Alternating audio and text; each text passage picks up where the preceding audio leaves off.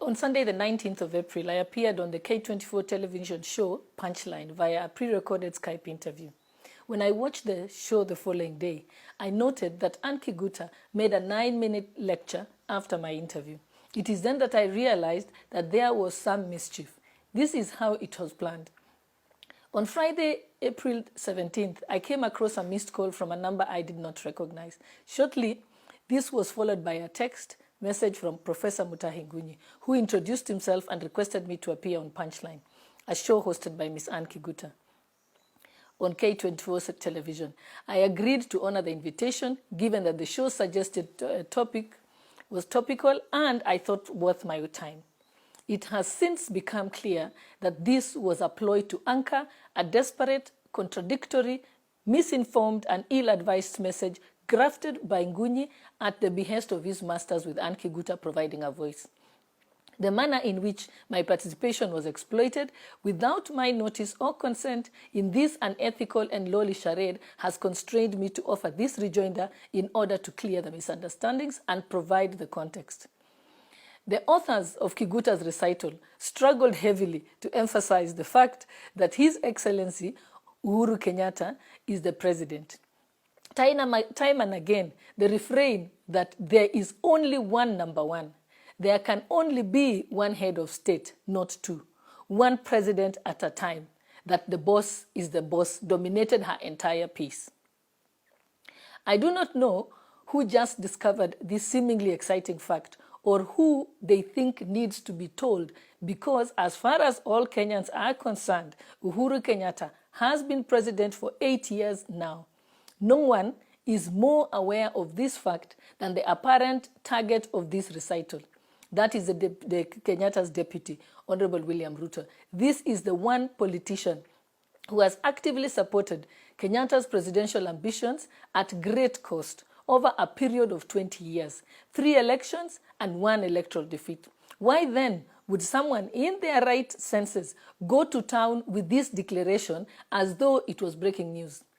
Secondly, this narration through Kiguta on behalf of whoever stated that President Kenyatta has ditched his deputy, Kiguta went on to say that there was a covenant, that the president, for his own reasons and in his own wisdom, has resolved to break the covenant.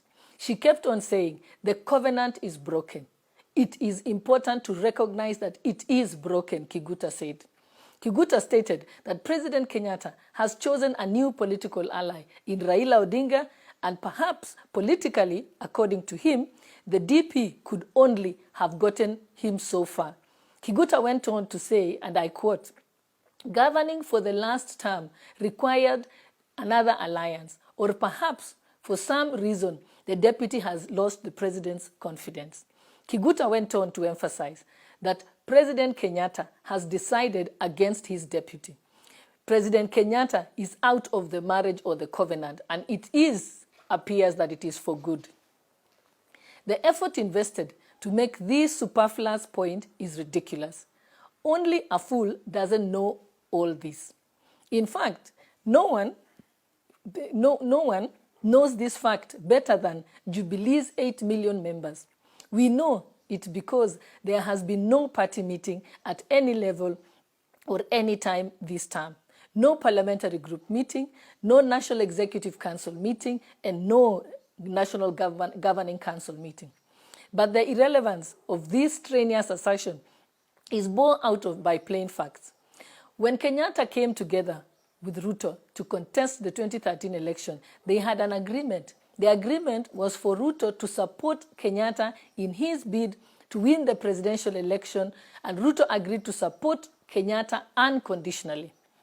There was no reciprocal agreement or commitment for Kenyatta to support Ruto in the future.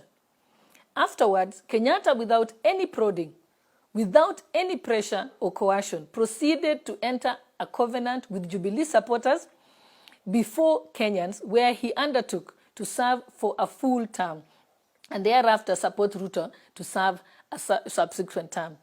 His emphatic and repeated declaration in his own words, Kumi yangu, kumi ya Ruto.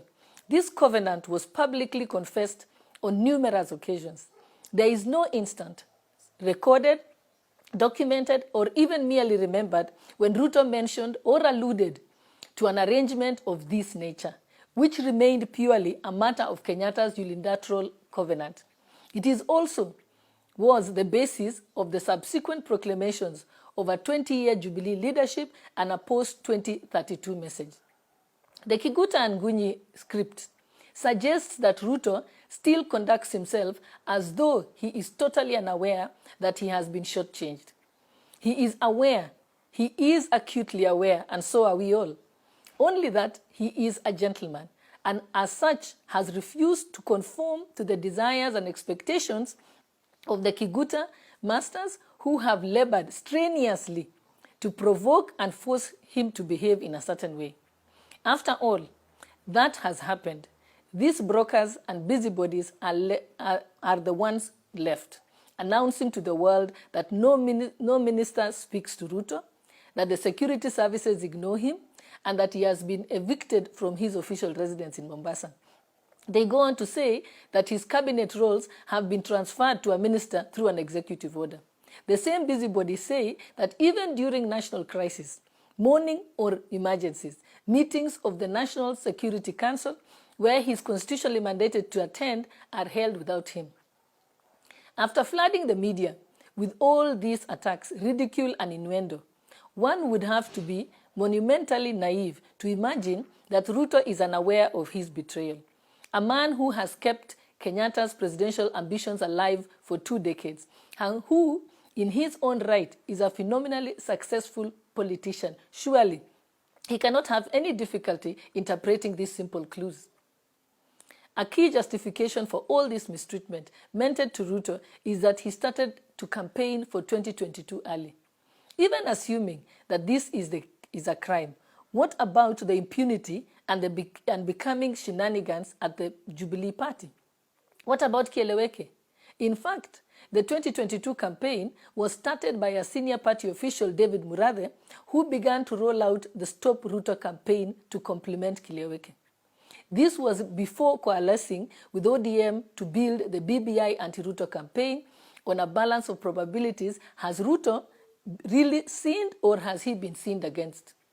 Kiguta and Gunyi suggested that Ruto ought to embrace the example of David, of Scripture, saying, and in his predecessor King Saul made life hell for David. But because leadership was his, David became king in spite of and not by fighting Saul. This analogy is deeply disturbing because if it suggests that Ruto is David, who is staying where he is clearly not wanted and facing humiliation, then the authors of the script mean Kenyatta must be Saul. Now Saul was anointed to be king of Israel. But after reneging on a covenant, he fell out of God's favor. As a result, Saul devolved into a spiteful, vindictive, embittered, and blindly malevolent character who did all he could, not just to thwart David, but to murder him. It must be remembered that although David had multiple opportunities to harm Saul, he always rejected them, opting instead to patiently endure whatever Saul meted out. Why would Kiguta liken the president to this tragic biblical figure? When did President Uhuru become King Saul? Kiguta and Gunyi have insulted the president. This is simply bizarre. Kiguta and Gunyi also strongly maintain that humiliation and persecution of Ruto is similar to what President Moi underwent as Vice President to Mzee Jomo Kenyatta. Why is it necessary or important for a president to harass, humiliate, frustrate his deputy? What sort of leadership seeks gratification from this malicious behavior? And since when did it become the standard operating procedure of government? If Kiguta and Gunyi say that Kenyatta deliberately broke a covenant he unilaterally and voluntarily entered, why does he require brokers and busybodies like Murathe and Francis Atwoli to propagate the breach?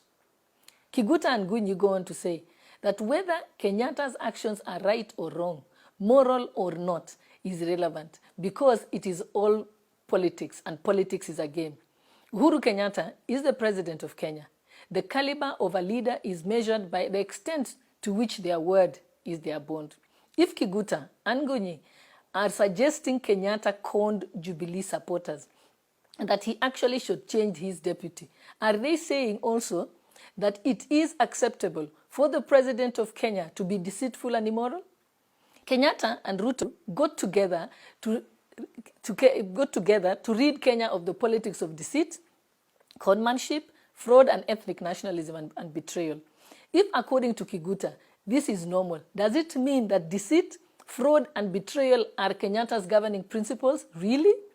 What does that portend for the Jubilee Manifesto, commitments, and other covenants that he makes, including his pet project, the handshake, BBI, and his new friend Raila Odinga? Finally, Kiguta and Ngunyi exert themselves at great length to say that the Jubilee Party was not a formal institution, but a function of the personalities of Kenyatta and Ruto. They further state that without Kenyatta, Jubilee is dead. Yet Kenyatta himself was clear that the party must transcend individuals and exist for future generations. The configuration of Jubilee is deliberately against individualism or disguised ethnic nationalism. This is why it transformed itself into a national party guided by set ideals and values. The idea that the president can casually trample a party constitution he participated in writing is problematic as far as respect for the institution goes. If the president can violate a party constitution, how do we expect him to respect the Constitution of Kenya? Ngunyi and Kiguta also told us that the president is going to form a new grand coalition with opposition leaders. What business, then, does a retiring president have in forming ragtag coalitions with the opposition and political brokers?